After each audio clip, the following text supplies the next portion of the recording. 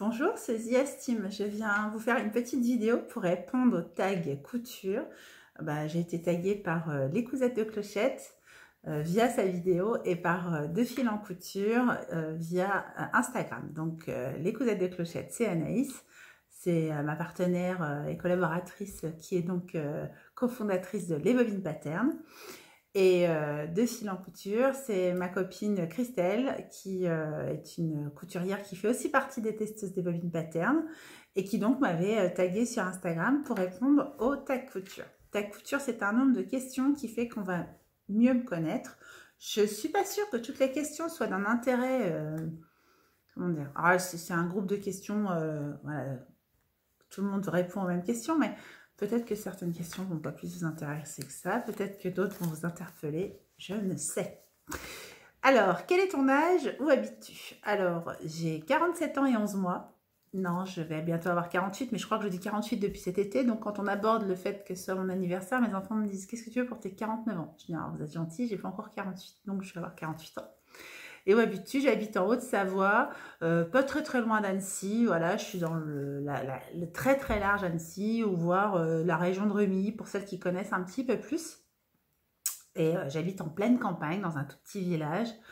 Dans mon village, il y a un cimetière, une école qui ne fait pas toutes les classes et qui ne fait que le primaire, et une église qui est tout le temps fermée, sauf pour les enterrements. Beaucoup de vaches, beaucoup d'animaux. Je croise des renards tous les jours. J'habite vraiment en pleine campagne. Je frôle déjà le début montagne. D'où vient le nom de ta chaîne? Alors, ma chaîne YouTube s'appelle Zia Steam parce que j'ai toujours pensé que quand je créerais mon entreprise, elle aurait un nom qui aurait rapport avec le steampunk. Oh, elle nous en reparle. Oui, le steampunk, c'est vraiment quelque chose qui me passionne. Tapez steampunk sur Instagram. Il y a énormément de comptes qui vous parle de ce qu'est le steampunk. Et quand j'ai commencé la couture, je ne sais pas si cette question vient après, je ne me souviens plus.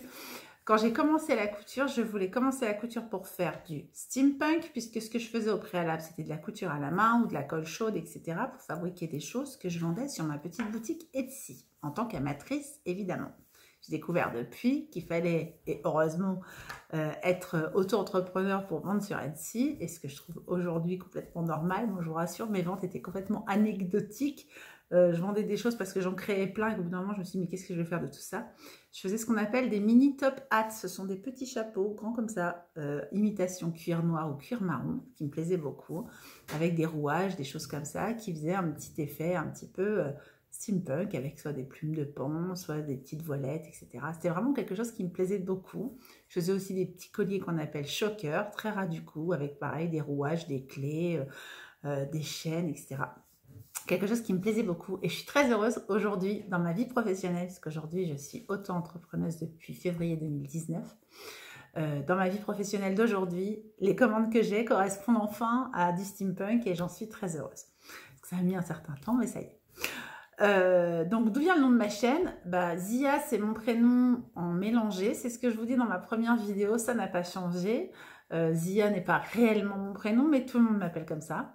Ce sont, enfin tout le monde, tous ceux qui m'ont connu via cette chaîne ou qui me connaissent dans le domaine de la couture, mes élèves, etc., m'appellent tous comme ça me convient très bien. Je réponds plus maintenant à ce surnom-là qu'à mon prénom, pour tout vous dire, parce que j'entends plus. Même Clairette, ma copine Claire, Petit Lupin, m'appelle comme ça. D'ailleurs, je te tag direct sur cette vidéo pour faire toi aussi le tag couture. Et même ses enfants, voilà, tout le monde m'appelle Zia, mais ce n'est pas réellement mon prénom. Et Steam pour le steampunk. Le steampunk, c'est donc un courant de mode, d'esthétisme. Il y a des réunions steampunk, des événements steampunk, enfin voilà. Cet esprit-là, de cette carte par exemple, c'est un petit peu le passé steampunk, puis c'est un petit peu au-delà de l'avenir, puis c'est un petit peu... J'aime beaucoup. J'ai du mal à expliquer, mais c'est... Je crois que je fais 100 captures d'écran par jour de tenue steampunk, tellement j'aime ça. Enfin, c'est vraiment encore très récurrent dans ma passion. Donc, Zia Steam.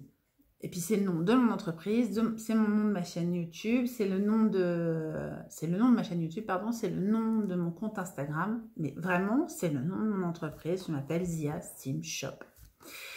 Quel est ton parcours scolaire? Alors chaotique, je dirais.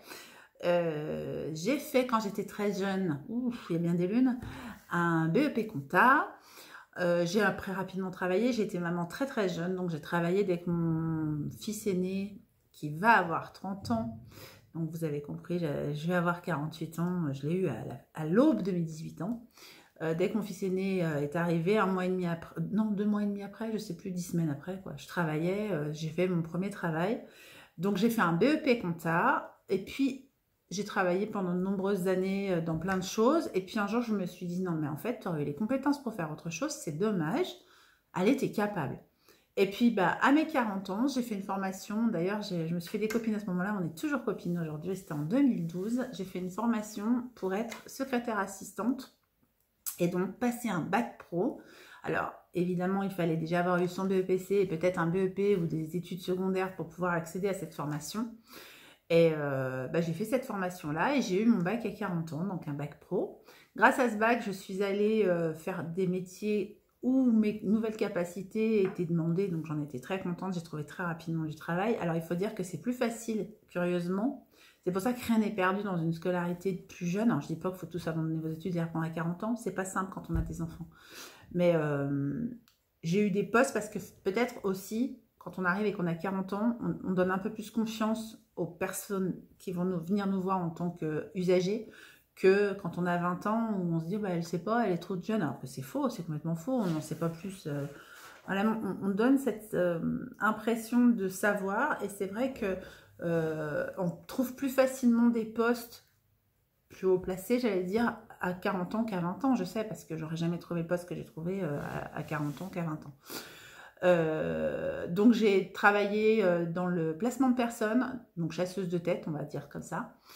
Et puis par la suite, j'ai fait encore des études supérieures, puisque j'ai fait un DUT banque et avec de l'alternance, et j'ai travaillé dans une banque, et je travaillé dans une banque jusqu'à ce qu'un jour je me dise mais c'est pas fait pour moi. C'est bizarre parce que je m'étais battue vraiment pour faire plein d'études secondaires. C'était assez compliqué parce que comme c'était en alternance, je travaillais en même temps. Enfin, c'était assez compliqué. Avec des enfants en bas âge, je faisais mes devoirs jusqu'à minuit, 1h du matin. Enfin voilà, je repartais à 6h30 du matin pour aller travailler. Enfin, c'était compliqué. Mais ça m'a énormément apporté. Et par contre, autant j'étais fière de moi, autant j'étais contente de cette réussite, etc. Autant je me suis rendu compte, j'allais dire assez rapidement non, mais à l'usage, on va dire, de travailler dans une banque, c'était pas fait pour moi. Moi, j'avais énormément de mal, en fait, à vendre des contrats d'assurance de téléphone, par exemple, à quelqu'un qui finissait pas le mois. Enfin, c'était quelque chose, pour moi, c'était pas cohérent. Alors, je ne tire pas du tout boulet rouge sur les banquières, parce que c'est aussi un chouette métier que d'aider les gens à réaliser leurs projets, etc. Mais ce côté-là, moi, du métier me dérangeait. Et donc, je ne sais pas si ça peut s'appeler un burn-out ou pas. Moi, j'ai complètement pété un câble. Je me suis retrouvée très, très, très, très malade. Alors, des personnes bien intentionnées me disaient, mais en fait, tu n'es pas réellement malade, c'est psychologiquement que tes reins te font mal. Non, non, mes reins me faisaient mal, c'est clair. Mais, et je me suis remis en question et je me suis dit, ben voilà, puisque je suis en arrêt longtemps, parce que vraiment, mes reins n'allaient plus du tout, ne fonctionnaient plus. J'en ai perdu un pratiquement. Je me suis dit, ben, en fait, ce que je vais faire, je vais me lancer dans les petits décors steampunk et tout. Ça me plaît beaucoup. Puis c'est ce que j'ai fait, ça m'a beaucoup plu. Et puis ben, je me suis dit, mais j'ai envie d'apprendre à coudre en fait, parce que j'en ai marre de coller, de coudre à la main, ça fait super mal le cuir. Oui, ça fait super mal le cuir à la main. Et je me suis dit, bah, ce que je vais faire, c'est ça. Je vais faire des formations, je vais devenir couturière. Puis alors moi, quand je rentre dans quelque chose, mais je veux tout savoir, je fais des formations. Donc j'avais suivi 2 écoles en simultané. Je me suis pris aussi tous les livres de Madame Juleska, qui sont vraiment des livres de techniques de couture. Je les ai tous lus, potassés, appris. Comme ça venait de sortir et que je la suivais à ce moment-là, ben, j'ai suivi toutes les formations d'Urban Ferry aussi. J'ai suivi des formations sur Artisan, enfin vraiment, mais dès j'avais une soif d'apprendre et de savoir, etc. Et puis alors après, je me suis acheté plein de bouquins de couture, l'ABC de la couture, etc. J'ai tout potassé, vous ne pouvez pas vous imaginer tout ce que j'ai pu compiler comme apprentissage, des fois des apprentissages différents. Et bien sûr, comme j'avais quand même un départ d'autodidacte, même si par la suite j'ai fait la formation CAP, etc. Comme j'avais une formation d'autodidacte, eh bien, j'étais curieuse de tout et j'allais sur YouTube, j'apprenais via des tutos, j'apprenais via des profs, des fois sur Instagram, etc. Mais j'avais une soif de connaissances. je lisais les blogs, un blog que j'ai beaucoup lu, potassé et qui est très riche d'informations. Je le dis à toutes mes élèves comme quoi elle avait pensé fut un temps à être prof, puis finalement elle garde ça en passion, c'est SB Création. Et vraiment, moi je suis admirative de sa façon de travailler parce que pour moi c'est presque du travail. C'est du loisir pour elle, mais elle le fait en qualité, comme si elle était couturière experte. Et vraiment, bah, dans son blog, on apprend plein de choses. Enfin, moi, j'ai appris plein de choses. Et tout ce condensé-là a fait qu'un jour, je me suis dit, mais je m'étais déjà inscrite comme ça, parce que j'avais déjà l'idée de transmettre. Je suis quelqu'un d'assez pédagogue, donc j'avais envie de le faire. Enfin, tout le monde me dit que je suis très pédagogue, donc je ne me lance pas de fleurs. Je veux dire que ce que disent les gens, que je serais très pédagogue. Pas beaucoup de qualité, mais celle-là, je l'ai. Et donc, je me suis dit, mais moi, j'ai envie de transmettre aux autres. J'ai envie d'aider les autres, comme moi, j'ai pu recevoir de plein de canaux différents, en fait, des informations de cette culture couturesque et puis cette technique aussi. Et puis voilà. Et dès que je me suis inscrite comme auto-entreprise, je savais, et je me suis aussi inscrite directement comme prof parce que je savais que j'allais faire ça. Et dès le départ, j'ai fait des cours en local. Puis vous savez par la suite comment ça s'est passé. Mais donc, mon expérience scolaire, on va dire que j'ai un niveau bac plus 2,5. Ça n'existe pas, mais vous faites avec, hein, vous vous débrouillez. Quel est ton voyage le plus marquant? Alors, quand j'ai été chasseuse de tête, c'était pas du tout à l'ordre du jour. C'était ma première année chez eux, puis j'avais autre chose à faire que de m'imaginer que j'allais partir en vacances, puisque forcément, la première année, après ma formation de secrétaire assistante, mon bac pro, où j'ai travaillé, forcément, j'avais pas le droit à des vacances. Hein. J'ai démarré comme tout le monde avec 0 congé pour la première année. Et en fait, il y a eu un concours national dans l'entreprise dans laquelle j'étais, que je ne nommerai pas, pour pas faire déjà de la pub, et puis voilà. Il y a eu un concours national sur les entreprises récentes. La nôtre avait été montée cette année-là. Sur l'antenne dont je faisais partie avait été montée cette année-là. Sur les entreprises de plus de 5 ans, sur les entreprises de plus de 10 ans. Et à gagner, première place à gagner si on arrivait première de France avec ma petite collègue. On partait au Mexique, à Cancun, pour une semaine au Club Med. Alors moi, c'était le rêve, j'ai jamais fait de voyage comme ça, enfin, c'était extraordinaire. Et on a gagné. On est arrivé première de France. Donc, on a, pour les équipes les plus jeunes, parce qu'il y avait un concours, donc on a bien compris sur les équipes de plus de 5 ans, de plus de 10 ans, et nous, notre équipe qui venait d'être fondée, par rapport à notre nombre d'intérimaires, nombre de placements, nombre d'entreprises qu'on avait contactées, avec lesquelles on avait des contrats, etc., on était toutes neuves et on a gagné le concours. Donc, je suis partie au Club Med avec monsieur mon conjoint, monsieur Steam, comme vous l'appelez des fois, et ça a été mon plus beau voyage. Alors, ce qui est très dur, c'est de revenir, déjà. Donc, on est parti en amoureux, sans les enfants. C'était en janvier. Alors, ça paraît fou parce qu'on est parti, il faisait un froid de canard, je me rappelle, à Roissy. J'ai cru qu'on allait être surgelé. Et on est arrivé là-bas, c'était, on est dans les Caraïbes, la mer est bleu turquoise, mais vraiment, comme si ils avaient mis de l'encre turquoise dans l'eau. Le sable est blanc limpide et on était en all inclusive, ça veut dire que n'importe quelle heure du jour, du soir, de la nuit, vous voulez boire, manger, n'importe quoi, quelque chose, tout est à vous, quoi. Et comme je n'avais pas payé ce voyage, puisque je l'ai gagné, ni payé l'all inclusive, je me suis dit, je vais profiter sur place, je m'étais fait un petit budget, une petite cagnotte, et je m'étais dit, ce que j'ai très envie, c'est de visiter sur place, et on a eu la chance de visiter des cénotes. Des cénotes, c'est des trous dans la terre, et au fond, il y a de l'eau, et en fait, vous baignez dans une sorte de cratère magnifique, hyper dépaysant. Voilà, c'était tellement exotique, c'est fou.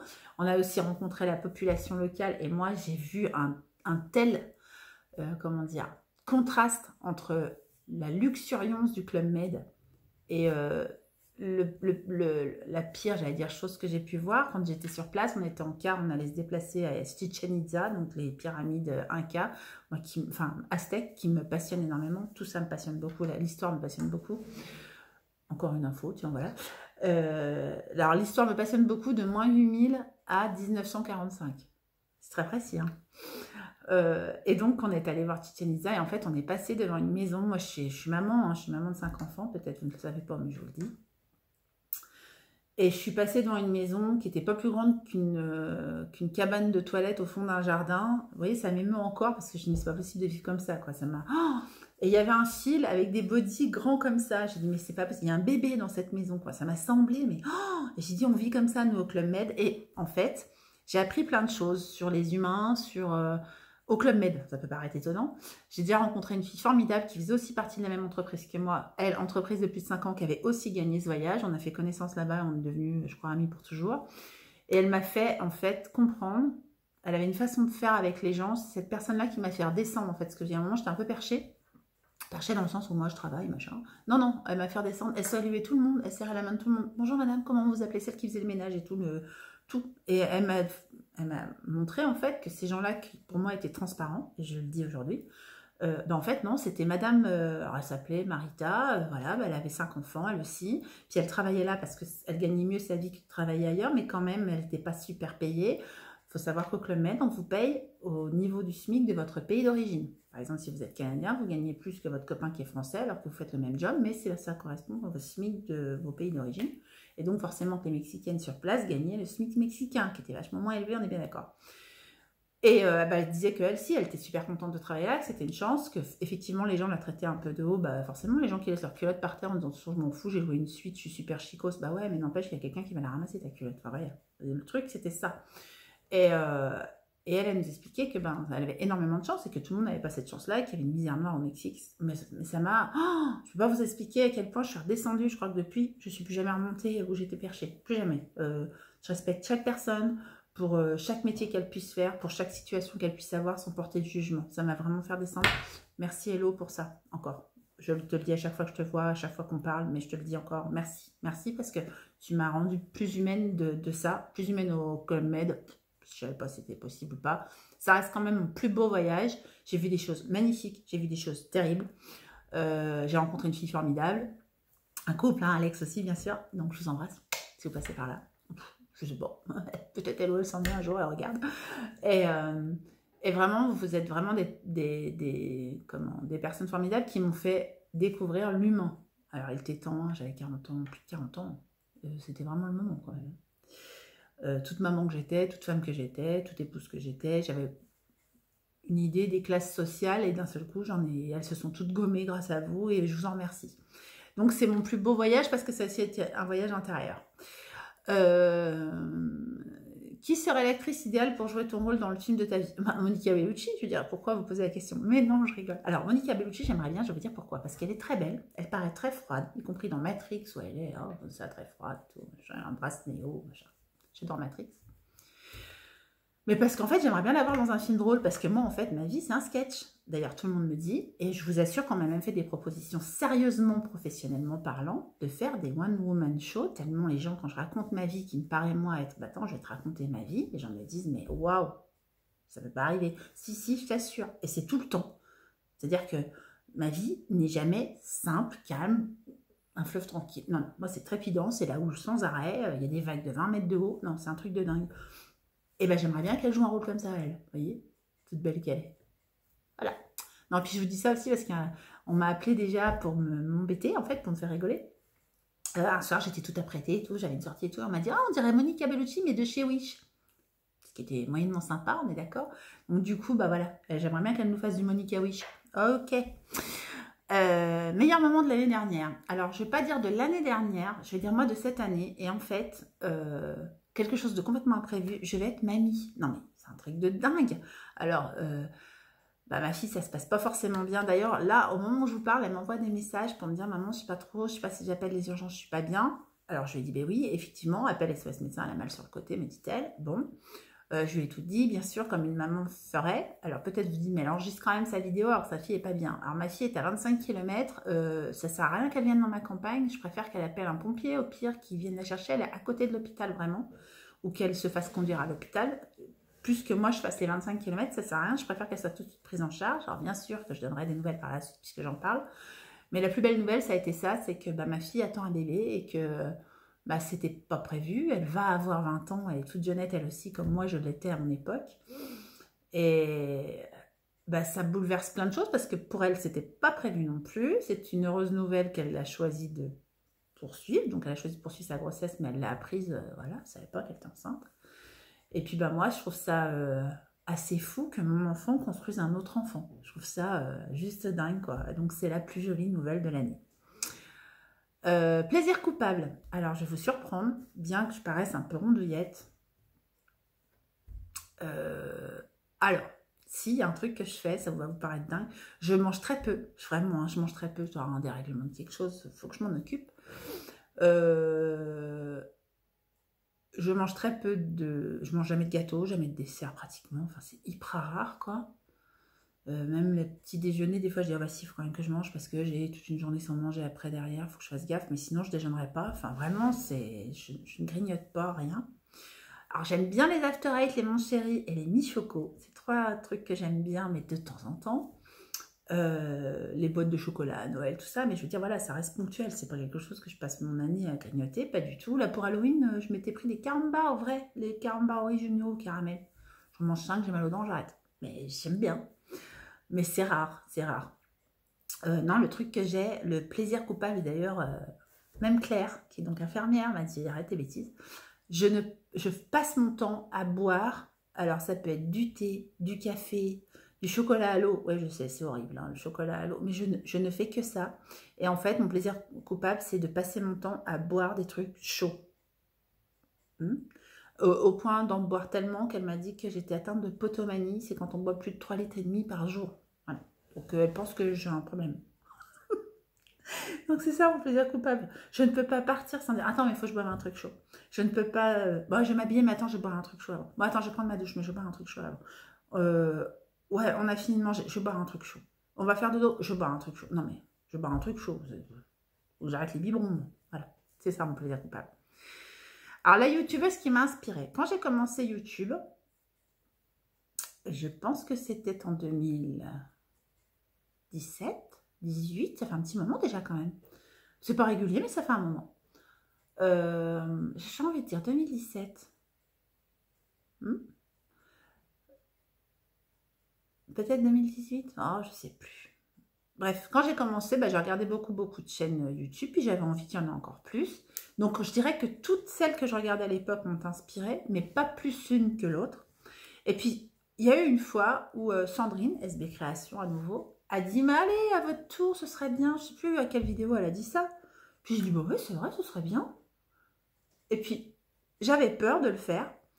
Et pareil, j'avais une copine, vous la connaissez, hein, elle s'appelle Émiss Couture, donc elle a créé des patrons, etc. Quand elle a commencé la couture, on a commencé ensemble et on se suivait sur un petit groupe, ma couture débutante, je sais pas quoi, Facebook.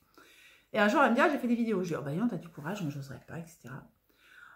Et puis, un jour, je me suis dit, bah, pourquoi je parlerais pas de ce que je couds? Ouais, parce que je me sentais très humble par rapport à la couture, où je me disais, oh là là, elle couse des trucs extraordinaires. Moi, j'avais toujours l'impression que ce que je cousais, c'était pas foufou. Et au final, vous avez été très nombreux à me dire, bah si, c'est super bien ce que tu fais, j'aime bien. Bah dis non, c'est super, si tu coûtes depuis que 1 an et demi, ouais, ça devait être en 2017, peut-être début 2018, je sais plus. Oh, tu couds depuis pas longtemps, c'est super bien ce que tu fais. Puis j'en revenais pas, parce que moi, j'avais l'impression que c'était assez basique ce que je faisais. Et puis, partager mon expérience, j'ai bien aimé. Et puis, ça m'a donné des... J'en parle souvent dans tous les podcasts, si vous les regardez depuis le début. Ça m'a obligée à coudre peut-être plus, en tout cas pour moi, parce que j'avais déjà le gros projet entreprise. Et quand on a une entreprise dans laquelle on coud moins pour soi. Ça en est même au point où je dis non, mais j'ai plus rien à mettre. Parce que c'est vrai que des fois, moi, ma taille, elle fluctue. Alors, pour une raison certainement X, parce que je mange. Donc, voilà. Claire, je suis allée quelques jours là chez elle en Normandie. Elle m'a dit que je becquetais, picorais, je sais pas quoi, comme un moineau. Enfin, vraiment que je mangeais pas grand-chose. Elle était impressionnée que je mange pas plus que ça. Oh, tu picores. Je sais plus comment elle m'a sorti ça. Tu becques, tu miettes, je sais plus. Et c'est vrai, donc je ne sais pas pourquoi je change de poids comme ça, j'en sais rien. Et donc des fois, il faut que j'adapte ma garde-robe, que je me couse des choses plus grandes, plus larges à la taille, ou j'en sais rien. Puis d'autres fois, je remincis, c'est assez bizarre. Je suis plus mince en hiver qu'en été. Ça aussi, c'est assez bizarre. Généralement, tout le monde dit maillot de bain, maillot de bain, maillot de bain. Moi, vu que j'en mets pratiquement toute l'année, on s'en fout. Mais c'est vrai, voilà, je mincis pas en ce moment. Il y a eu des moments si j'avais un petit peu perdu, là. Puis là, je suis peut-être un peu repris, j'en sais rien. Ou je gonfle, je peux dire, je sais pas. Et du coup, des fois, je manque de vêtements, puis c'est triste parce qu'en fait, j'ai pas le temps de coudre pour moi. Et l'histoire de ce que je porte, parce qu'on aime bien, nous, les youtubeuses couture, ouais, je suis partie d'une bande, les youtubeuses couture, dire ce qu'on porte. Ce que je porte, en fait, c'est un petit top. Alors, j'ai encore des transformations à faire, je trouve qu'il est encore un peu trop, j'aimerais bien qu'il soit un peu plus là. C'est un petit top qui, au départ, est un top en jersey. Alors, je vous montre comment ça fait, voilà. Hop, oui. C'est un petit top qui en fait était donc un haut en jersey du magazine My Image été. Je crois que c'était le numéro 21. Et ce top, c'est le 2104. Alors ne regardez pas les manches parce que les manches, c'est celles que j'ai ensuite dessinées. Donc moi, j'ai dessiné des manches longues. Parce qu'on allait le porter en hiver et Claire, on l'a fait chez Claire. Et Claire m'a dit, tu viens ici, je veux que tu te cousses quelque chose pour toi. Puis alors c'était, hop, tu lésines pas, tu te couds quelque chose pour toi. Tu n'as jamais le temps de te coudre des choses à toi. C'est vrai. Mis à part les tutos des bobines, en fait, c'est rare. Des fois, je renouvelle ce que j'ai fait pendant le tuto, j'en fais 1, 2, 3 modèles. Donc, je m'habille beaucoup du coup en bobine, mais c'est rare que je me couse des choses pour moi en disant ah, mais j'ai tellement envie de me faire ce patron. Bah oui, j'ai plein d'envie, plein de tissus, ça c'est sûr, mais j'ai peu de temps. Alors là, ces temps-ci, je me suis un petit peu plus mis un coup de pied aux fesses pour me dire tant pis, ce soir, t'es fatigué, mais écoute-toi quand même quelque chose. Déjà, t'as des besoins. Ou alors, t'as promis à un de tes enfants de faire telle ou telle chose, t'es arrivé pour Halloween. Fais-le parce que t'as le temps. Enfin, t'as le temps. T'as pas le temps peut-être, mais prends-le, mais t'as le tissu, t'as la façon de faire, tu sais que ça va mettre 2 heures, tu vas pouvoir faire un truc, t'as promis, fais-le. Voilà. Donc, Claire était très contente que je me couse quelque chose pour moi. Je me suis cousue, vous le verrez sur le feed de Claire. J'ai pas reposté moi les photos. Je n'ai pas voulu refaire une redite de ce qu'elle avait dit. Je vous invite à aller voir ce qu'on a fait toutes les deux. Donc sur l'Instagram de Claire, on a nos 2 tops qui sont comme ça, mais en jersey, qu'on s'est fait dans le même tissu toutes les deux. Tissu qu'on avait aussi acheté chez Toto Tissu à Rouen. Lors de notre balade dans Rouen, j'ai visité Rouen, j'ai adoré parce que moi je suis normande. Je suis mi-normande, mi-bretonne, mais j'ai vécu toute ma vie jeunesse en Normandie. Pas à Rouen, mais dans d'autres villes normandes. Et j'avais très envie de visiter la capitale de la Normandie. Bon, voilà, c'est comme si je retournais sur mes terres. Donc ça m'a fait énormément plaisir. Et donc, en dehors de la visite de Rouen, on a visité Toto Tissu. Enfin, visité. On est reparti comme ça, plein de trucs dans les bras. Encore qu'on ait été raisonnable. Et j'avais acheté ce tissu. Et j'ai dit, mais moi, le top qu'on s'est fait toutes les deux, j'ai vraiment envie de me le faire en chaîne et trame. Et donc, c'est ce que j'ai fait. Donc, j'ai rajouté des plis ici pour la poitrine parce qu'il fallait de l'ampleur qui n'est pas offerte par ce tissu au niveau de l'extensibilité qui est nulle. Puis voilà, je m'étais fait un petit haut sympa. Je vais le poster, là je vais aller faire quelques photos. Nous sommes aujourd'hui le mercredi 11 novembre. Donc je vais m'attacher un peu les cheveux, je vais porter une jupette que j'ai cousue aussi. Et puis je vais aller faire quelques photos sympas. Il fait beau, on va profiter. Donc voilà, et pourquoi je parle de tout ça? Je ne sais plus. Et donc oui, je voulais vous dire ce que je portais. Donc c'est un top que j'ai modifié et que je vais encore modifier. Vous voyez, je vais faire descendre plus l'emmanchure comme ça pour que ça, ce soit de la manche et que ça fasse comme ça. Parce que je trouve qu'il part un peu trop large. Et je vais modifier en robe. Et j'ai déjà le tissu que j'ai aussi acheté chez Toto Tissu pour me la faire en robe. Et puisqu'on est à un mois de mon anniversaire, je pense que je vais m'auto-coudre, me faire un peu plaisir dans le même style, ma robe d'anniversaire. Où te vois-tu dans 10 ans? Ah non, pardon, décris-toi en 3 mots. Décris-toi en 3 mots. Alors, c'est très compliqué pour moi parce que je ne suis pas du tout succincte dans mes discours. Un peu faux-follette, je dirais. Je suis un petit peu barrée. Les gens me disent souvent ça, vous êtes barrée. Je dirais généreuse en temps, en matériel, en plein de choses. Enfin, je ne compte pas. Je ne suis pas quelqu'un qui compte ni son temps, ni son argent, ni son... Voilà, vraiment. Et je dirais...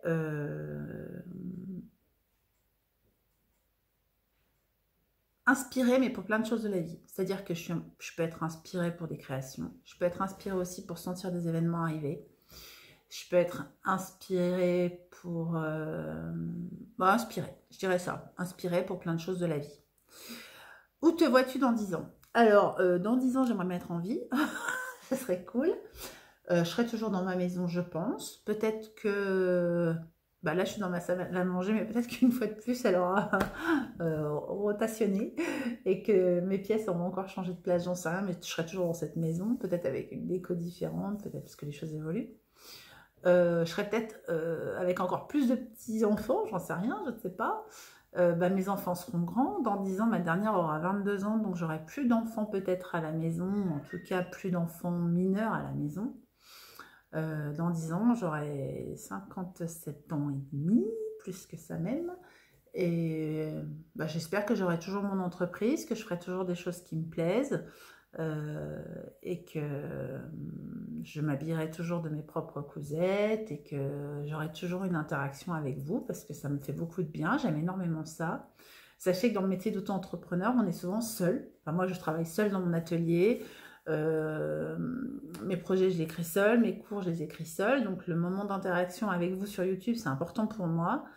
En plus, j'habite pas dans un endroit où vraiment je rencontre des gens. Et en plus, mes enfants maintenant étant tous dans le secondaire, il n'y a plus d'histoire de maman d'école, tout ça. Donc c'est vrai que je suis assez esseulée, géographiquement parlant.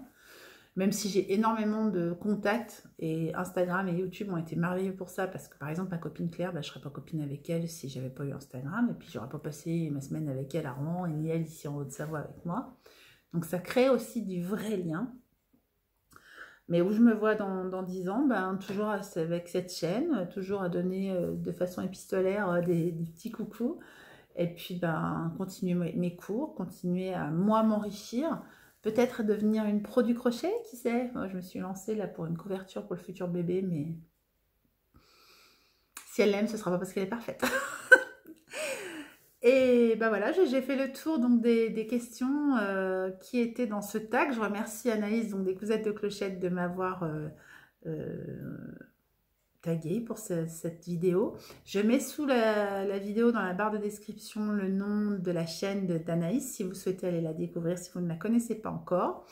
Je vais taguer donc Petit Lupin, on a bien compris, Claire, et puis également Séverine, Fil d'étoiles by Sève. J'aurais bien tagué d'autres personnes, mais elles l'ont déjà été par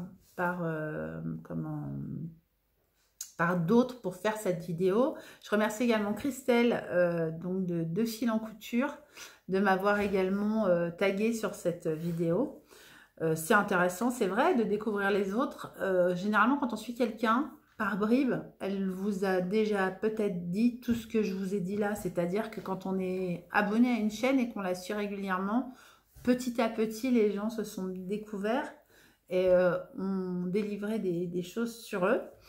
Eh bien, c'est une occasion de faire un résumé pour celles qui arrivent sur ma chaîne, et je vous remercie de qui je suis, où vais-je, quiche, cache-perge, concombre, voilà. Je vous embrasse fort, je vous laisse parce que j'ai photo, et je vous dis à très très bientôt, photos qui seront sur mon Instagram de ma petite création. À bientôt, bisous.